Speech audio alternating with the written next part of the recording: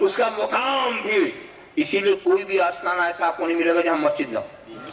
کوئی بھی آستانہ ایسا نہیں ملے گا جہاں مسجد نہ ہو. کیوں؟ وہاں جاؤ گے تو یقیناً خدا یاد آئے گا. اور یہ تجربہ کر لو، خدا نخواستہ، صدقہ خدا نخواستہ کسی کو خدا نہ یاد آتا ہو کبھی، وہ کسی ولی کے مزار پہ چلا جائے، خدا یاد آئے گا. خدا اتنا خدا یاد آئے گا کہ درود وہ پڑھے گا تو خدا کے محبوب پہ پڑھے گا، وہ قرآن پڑھے گا تو خدا کا کلام پڑھے گا، اور دعا بھی کرے گا تو خدا ہی سے کرے گا، خدا کو اسی سے کرے گا. اتنا خدا یاد آئے گا. اب جس کو وہاں بھی خدا نہ یاد آئے تو یہی تو کہا جائے کہ راجم ہو رہا ہے، پتھراؤ ہو رہا ہے. اس پتھر کو برداشت نہیں کر پا رہے، کچھ یاد ہی نہیں آ رہا، وہاں کچھ یاد ہی نہیں آ رہا ہے. تو دوستو، لقد زینا السماء الدنیا بمصابیح وجعلناها رجوما للشیاطین وآخر دعوانا ان الحمد للہ رب العالمین.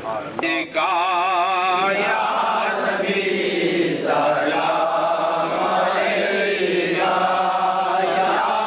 رسول سلام علیکہ، یا حبیب سلام علیکہ،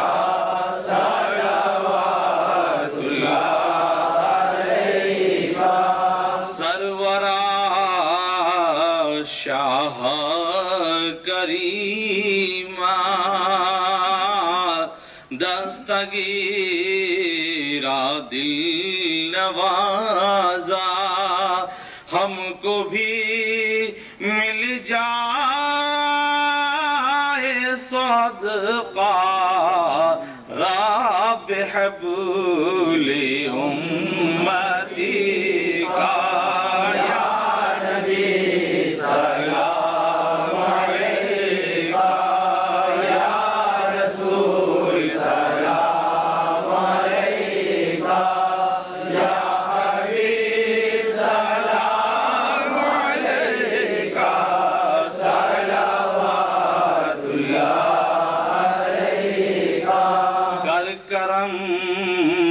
محبوب داور